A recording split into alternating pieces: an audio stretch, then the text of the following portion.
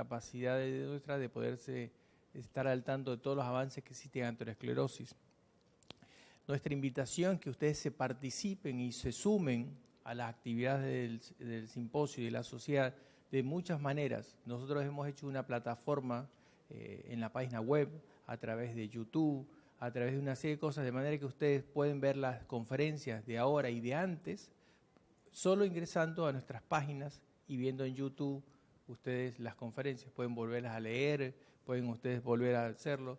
Nosotros lo que estamos haciendo es lo más posible para que ustedes tengan acceso a educación médica de posgrado, que es de alta calidad. La primera, me toca el honor de presentar al doctor Félix Medina, que es nuestro invitado en este momento. Es líder de la cardiología a nivel de Perú, es un directo amigo. Su currículo es sumamente amplio, como para poderlo detallar en tan poco tiempo. Cabe mencionar que él es profesor de posgrado en la Universidad Peruana Cayetano Heredia, es profesor también de pregrado y es uno de los líderes de aterosclerosis y que, gracias a Dios, podemos contar con su presencia cada año con nosotros para mantenernos al tanto.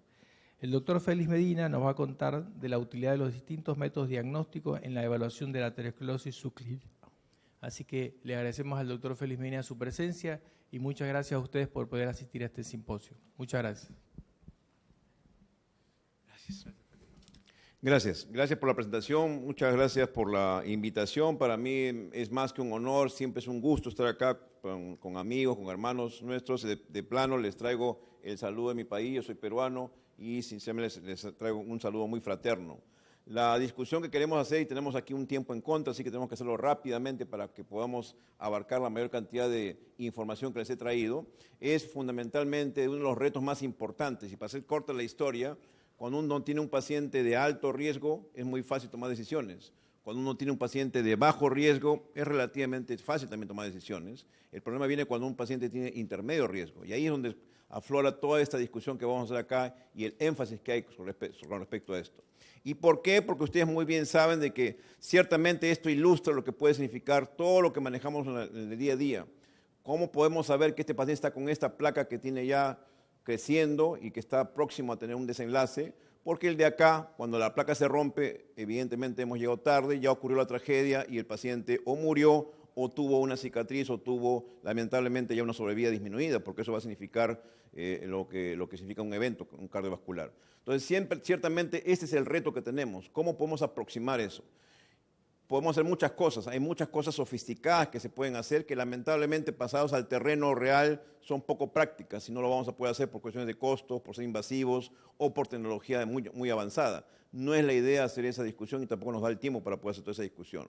Yo he tratado de seleccionar un par de cosas, 2, 3 detalles importantes, prácticos, clínicos que han salido recientemente publicados y revisados, pero con la misma idea. De alguna manera, ¿cómo tengo yo más herramientas para que por lo menos este grupo de pacientes que tienen una placa ahí que no está dando síntomas, porque esa es la definición, son gente que evidentemente está asintomática. No estamos hablando del sujeto que está con angina, que está con molestias, con disnea. No, es un sujeto completamente asintomático. Ese es el reto que tenemos. Y es una llamada de atención para que estén ustedes muy atentos a este grupo de pacientes. Estos son pacientes que les van a venir todos los días. Al paciente lo felicitan, le dicen que todo bien y al día siguiente se mueren o hacen un infarto. Es la típica historia que nos pasa lamentablemente en general. ¿Y cuáles serían los mensajes para mi conflicto de intereses para la discusión? Y rápidamente hagamos esta breve introducción. La idea aquí fundamentalmente es que estamos en un terreno lamentablemente muy común. Desde el punto de vista fisiopatológico, ¿cómo entendemos esto? Los factores de riesgo que todos ustedes conocen suponen un desbalance, un daño endotelial. Y al tener un desbalance endotelial va a significar una serie de procesos malignos, protrombóticos, proinflamatorios. Entonces, el concepto fisiopatológico que tienen que ustedes mantener en esta gente, que estando asintomáticos, tienen toda esta cascada. Nuestro reto es cómo demuestro que esa cascada está vigente. Llámese protrombosis, llámese inflamación. Entonces, desde el punto de vista puramente conceptual.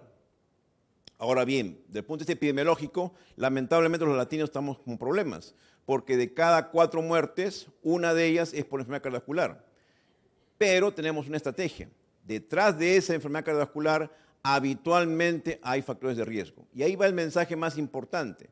No hay que hacerse mucho lío, porque los estudios más clásicos al respecto, como Interheart, llámese síndrome coronario, o en evento cerebrovascular reportaron claramente que el grueso de gente, el 90% que tiene un evento cardiovascular, llámese enfermedad coronaria o eventos cerebrovasculares, el 90% tienen algún factor de los clásicos.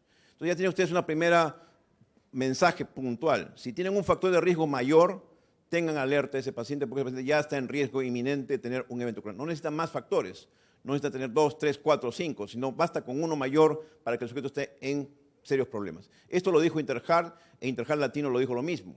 Y cuando se vio a Interstroke, que es básicamente la ampliación hacia eventos cerebrovasculares, misma historia. Entonces, el grueso de gente, solamente hay estadísticamente un 10% que aparentemente no tiene ningún factor y hace un desenlace. Digamos una cosa como mensaje práctico que deben llevar a la casa.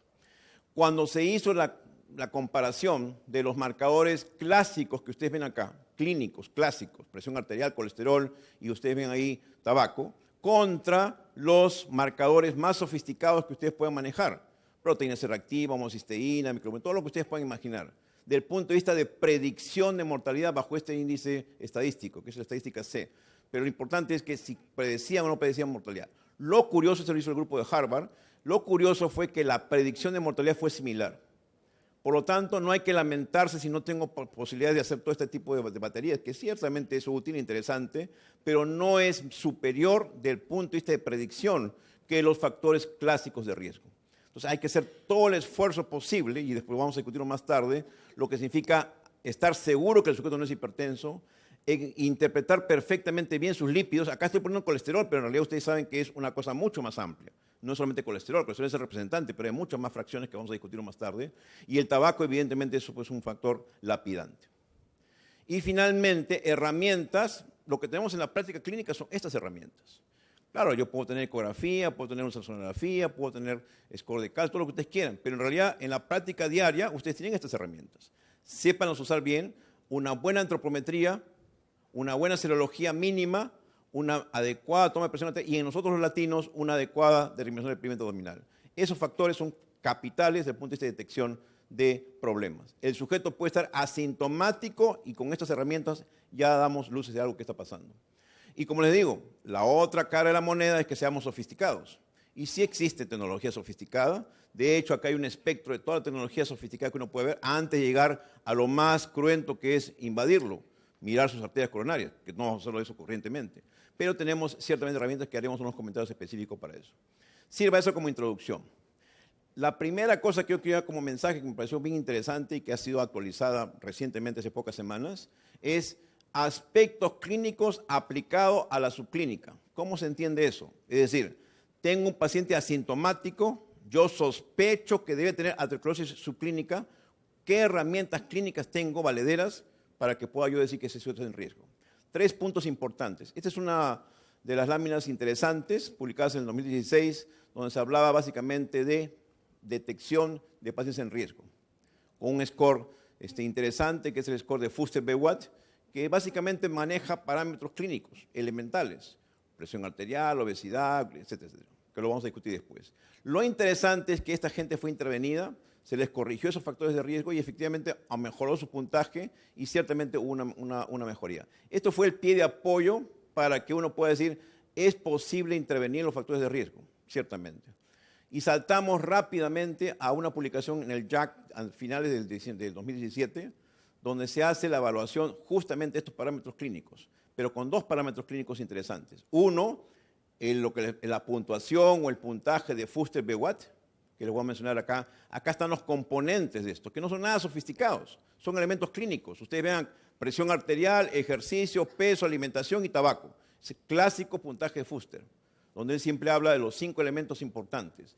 Si esto está mal, el sujeto está en riesgo. Si esto está mal, el sujeto tiene problemas de aterosclerosis subclínica, no lo duden.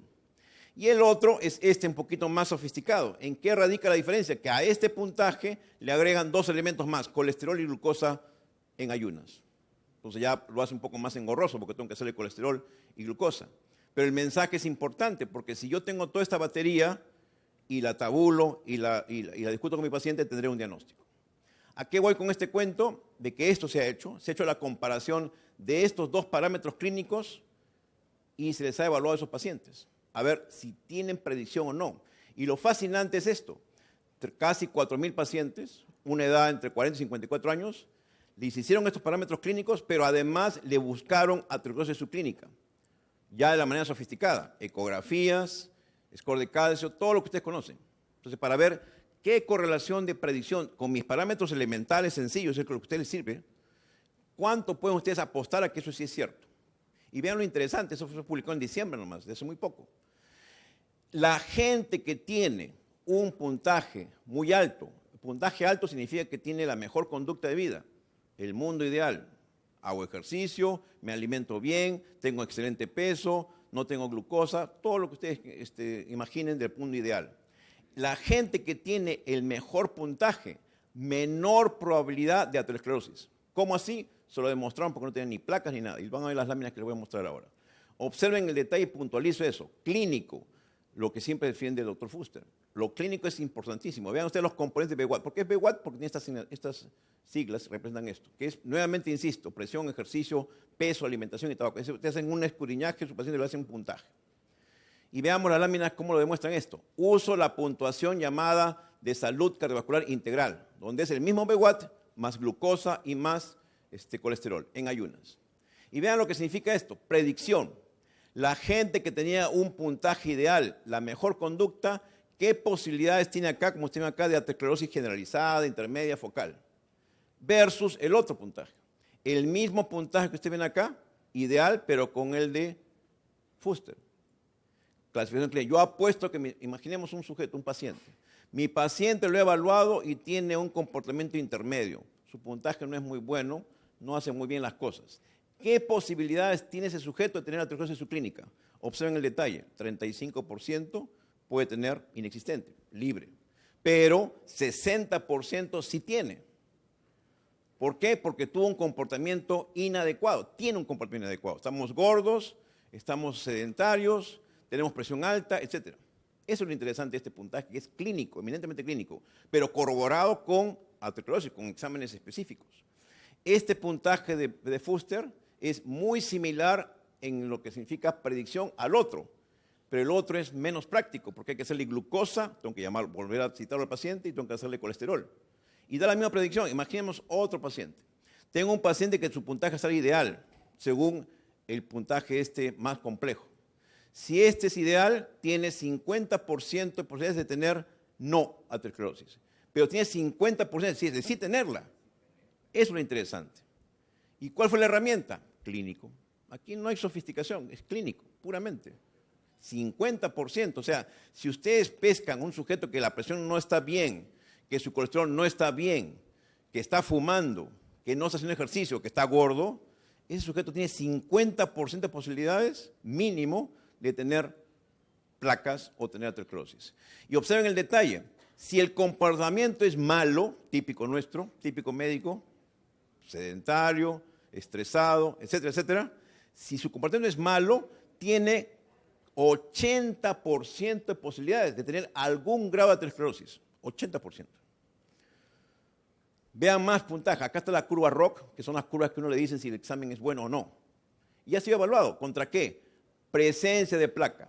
Si el puntaje te sale inapropiado, apuesta y no vas a perder a que tiene placas en algún sitio. Si el puntaje te sale inadecuado, apuesta que su score de calcio va a salir alto. Y si el puntaje te sale malo, apuesta que tiene aterosclerosis generalizada. Y no hay diferencia entre los dos scores. Fuster con su esquema de 5, él siempre habla de sus 5 puntos, en realidad él dice 7, porque le agrega glucosa y colesterol. Cuando le preguntan, doctor, ¿cómo hacemos prevención masiva? Mis 5 esquemas clínicos más 2, azúcar y colesterol. Y con eso ustedes se defienden perfectamente. Es una información muy reciente. Y cuando evalúo score de calcio y cuando evalúo placa, el puntaje es válido. Observen ustedes, acá se usa un estadístico C, que es para ver si el examen es bueno. Por arriba de 0.5 es un examen óptimo. Y vean cuánto le rinde. Por arriba de 0.5. Casi 0.7, 0.7, 0.8, 0.8. O sea, gran predicción. El test sirve. Y es un test clínico. Lleven ese mensaje. Nuevamente, denle el valor adecuado a sus parámetros clínicos. Es importante eso. ¿Qué pasa con el LDL? ¿De qué manera me orienta o me desorienta? Es una publicación interesante. Todos sabemos este background. El background de esto es que si yo tengo LDL alto, evidentemente tengo placas o evidentemente tengo riesgo. Pero no toda la gente que hace eventos tiene LDL alto.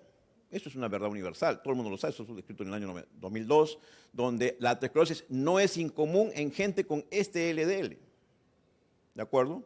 Cuando tenga un LDL 90, no apuesten a nada, porque el sujeto puede tener placas y puede tener aterosclerosis y se puede morir. Eso se demuestra hace tiempo. Y O'Keefe lo dijo hace tiempo. En el 2004 dijo, ¿por qué dijo él mientras más bajo mejor? Él comenzó a comparar primates, cazadores, neonatos y dijo, el LDL ideal es 50-70. Así dijo O'Keefe hace 15 años y no sabía nada de los estudios, que hoy ya se pueden reflejar. Y por lo tanto los europeos toman ese mensaje y dicen, bueno, pues tengo un LDL apropiado para esto. ¿A dónde va el cuento esto? A una publicación aparecía también a finales del 2017, muy reciente, muy calientita, donde ustedes ven acá normales niveles de LDL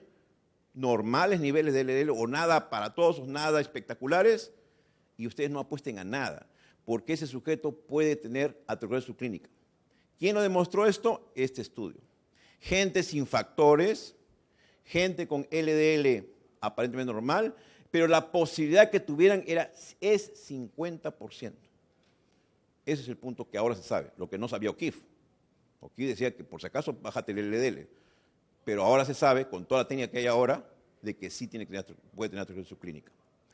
Entonces, ¿cuáles fueron los factores más importantes? Evidentemente el género masculino, la edad y el LDL mismo. Es una publicación interesante, y este es bien el título, hecha con el grupo del doctor, este es hecho por los grupos del, como ustedes saben, el doctor Fuster ha hecho todo un centro de investigaciones gigantesco en Europa y está produciendo mucha información interesante epidemiológicamente hablando. Miren lo interesante, miren los LDLs y miren la posibilidad de aterosclerosis. La complejidad del estudio no está en el LDL, porque cualquiera puede calcular el LDL. La complejidad del estudio es cómo te demuestro que tienes aterosclerosis. Fácil, pues, score de calcio, le veo las carótidas, o sea, toda la sofisticación que ustedes puedan imaginarse. El estudio no es tan sencillo, pero lo demuestran. Gente que tiene un LDL de 50, ¿qué posibilidades tiene de aterosclerosis? Mínima. Pero gente que tiene entre 60 y 70, 11%. Gente que tiene 80, 90, casi 40%. Gente que tiene 100 a 110, 50%. En un lugar, en dos lugares o diseminado. Eso es lo elegante del estudio. O sea, el LDL, por eso yo pongo orienta o desorienta. Cuídense de ese LDL bajito, depende de quién sea el paciente. No se confíen. Más información. El LDL le da información de cuánto territorio está comprometido. Y observen ustedes el detalle. A diferentes LDLs que yo voy progresando, y vean, acá está la complejidad del estudio. El estudio evaluó carótidas, aorta, hilos femorales y score de calcio. O sea, no es un estudio tan sencillo, es un estudio complejo porque necesitamos tecnología. Pero nos da un mensaje práctico, simple. Ya, pues no tienes plata para hacer score de calcio, no tienes plata para hacer femorales, no tienes plata para hacer carótidas, mira el LDL, pues, no te confíes. Y esto va en relación a que efectivamente el LDL tiene una relación estricta con la producción de aterosclerosis. A más LDL o a menos meta, apuesten a que esa placa está creciendo. Esa placa está creciendo y ese volumen está creciendo. Y al revés, si le bajo el LDL, le bajo la placa, sin lugar a dudas, los japoneses lo demostraron hace tiempo, lo publicaron en el 2015, estudio con dispositivos intravasculares. La gente que no responde su LDL, que no son capaces ustedes de bajar el LDL, apuesten a que su placa está creciendo. Y la gente que sí responde y sí le bajan el LDL, la placa comienza a disminuir. En palabras sencillas, no tenemos plata para hacer IBUS, pero vean su LDL. Si logran bajar el LDL, estén tranquilos que están haciendo una hora de bien. Y el nuevo concepto que se publicó en abril de este año es el concepto de variabilidad. Variabilidad de colesterol. Cuidado con ese mensaje que en mi país es muy común. Vamos a descansar las estatinas. Descansa unos 3 a 6 meses. Ese es un craso error. Se acaba de mostrar cómo la variabilidad de visita a visita te da no solamente más placa. Miren, el estudio es un estudio elegante, 9 ensayos, 5,000 pacientes, evaluados 3, 6, 12, 24 meses, en que el LDL comenzaba a variar porque se me dio la gana de no darle, no había adherencia, y comenzó a cambiar el colesterol. ¿Y qué significaba eso en pocas palabras? Crecimiento de la placa, menor sobrevida y eventos clínicos. Lean este artículo que es el nuevo variable. Ya no solamente es el LDL, sino es cuánto varía de consulta a consulta. Cuidado con ese detalle. Score de calcio, si me alcanza, tengo un par de minutos nada más, así que vamos a tener que cortarlo, pero hablemos de score de calcio, que es el más importante. Hoy por hoy, desde el punto de vista, ya les planteé dos elementos clínicos. BWAT, score clínico, más LDL, que es importantísimo, y ahora de lo sofisticado, el más apreciado. ¿Cuál es el estado del arte del score de calcio? Definitivamente es el más importante, desde el punto de vista sofisticado. Ustedes saben que aquí se tabula el score de calcio, es una tecnología no muy sofisticada, pero ustedes le ven cuánto calcio hay, si hay placas o no hay placas, y le da un puntaje. Eso está estandarizado. Lo importante, antes que me gane el tiempo, es esto. Primer mensaje, publicado en el 2012, el score de calcio me da ciertamente predicción de riesgo. Y efectivamente, un estudio clásico, 1.300 pacientes, compararon contra otros métodos. Compararon contra historia familiar, compararon contra PCR, íntima media, dilatación de flujo de la arteria braquial, y el score de calcio fue un excelente predictor, 2.6 de hazard ratio de que te vas a morir o que te vas a infartar. Si tienes score de calcio positivo, te vas a morir. Avanzamos en el tiempo. Aparece en el 2016 el estudio más grande todavía. Le aplico un score clínico de predicción de riesgo y vean lo que sale acá. Nuevamente comparo score de calcio, PCR, historia familiar y AVI, que es para ver si hay enfermedad vascular periférica. ¿Quién gana? Score de calcio. Score de calcio fue uno de los mejores predictores independientes. Es un estudio interesante, importante, 4 años después. ¿De acuerdo? Pero ustedes dirán, este señor ha venido acá para hablarme de un estudio de hace 4 años. Todavía, paren su carro. Acá tenemos julio de este año. En julio de este año se ha hecho toda la batería, hoy por hoy, el estado del arte del score de calcio. Y ahorita me callo. El score de calcio se ha evaluado y hay una excelente correlación del score de calcio con área de la placa y con carga de la placa. Pero no solamente eso, la predicción. Observen ustedes los diferentes scores de calcio con gente, guía europea que necesita estatinas. Independiente de eso, a más score de calcio, más placa. Cualquiera de las guías que ustedes empleen, igualito le va a ser el problema. Es un estado del arte interesante. Los eventos coronarios se incrementan con el score de calcio, que es el método de elección para casos intermedios. Más datos, eventos cardiovasculares, igual correlación. A más score de calcio, más eventos cardiovasculares. Está probado. O sea, es un excelente predictor, independiente y nada sofisticado. Quinto punto. Febrero de este año, donde se publica ¿qué puedo hacer? ¿Puedo tomar decisiones? ¿Me sirve para tomar decisiones el score de calcio o no me sirve? Absolutamente me sirve.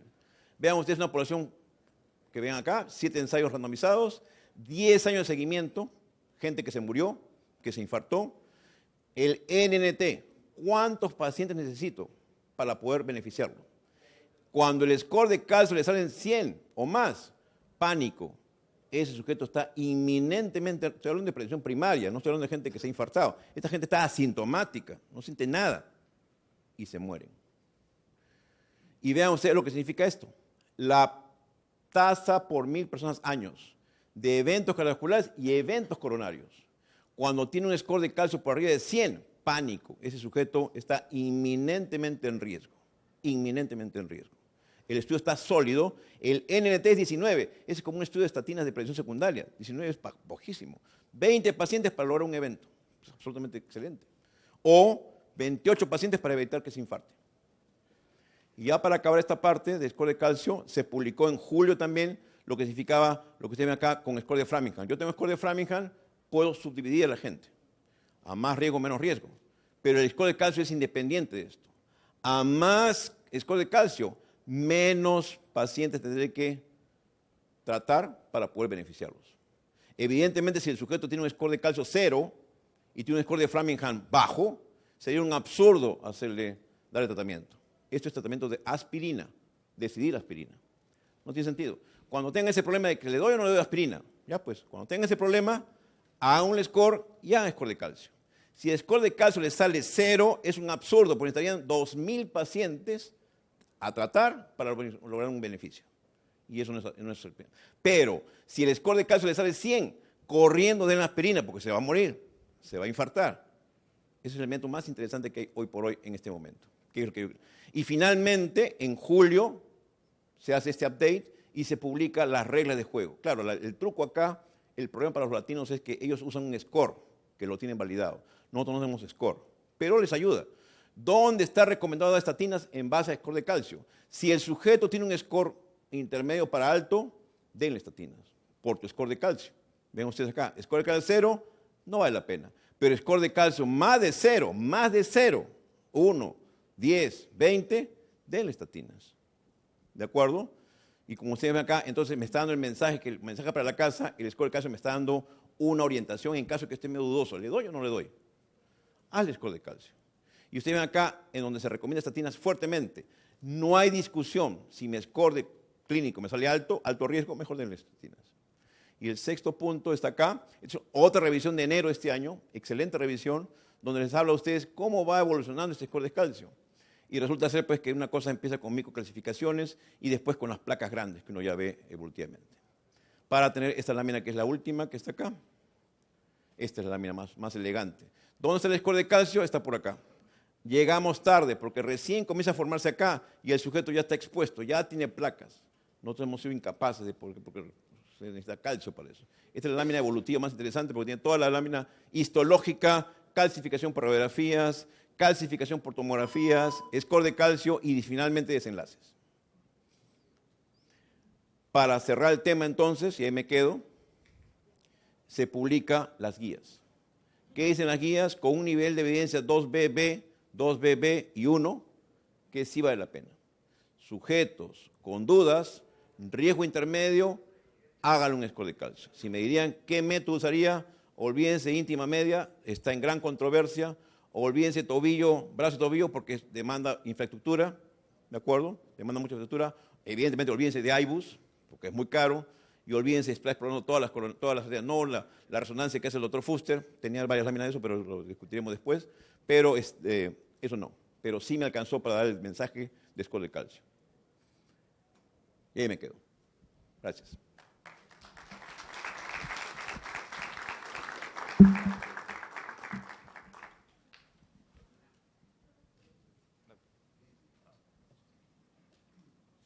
Bueno, excelente, Félix, brillante la charla, la verdad que muy buena, la verdad que no vale la pena escucharlo, doctor. Tenemos como siguiente conferencista también al doctor Alfonso Bryce. El doctor Alfonso Bryce, igual que el doctor Félix Medina, es un líder de la cardiología a nivel de todo Perú. Y el doctor tiene un currículum tan extenso como el del doctor Félix Medina. El doctor es profesor de pregrado y posgrado de la Universidad Cayetano Heredia y a su vez es director, fundador de la clínica CardioGolf, es jefe de la unidad de investigación de la dicha clínica, es un directo amigo nuestro y la verdad que realmente es un lujo poder contar con él. Así que bienvenido, Alfonso, y muchísimas gracias por tu presencia. Gracias, Luis, muchas gracias. Gracias a los amigos del comité editorial y es un placer estar nuevamente con ustedes, participar acá y en este gran simposio de aterosclerosis, de alteración endotelial, todavía más con lo que nos apasiona. Y más aún de continuar después de una charla de mi amigo Félix, que yo sé que el día que bate récord con el tiempo, a mí me dejó menos tiempo, entonces vengo preparado a hablar en menos tiempo si yo puedo. Bueno, no tengo ningún conflicto de interés para esta presentación.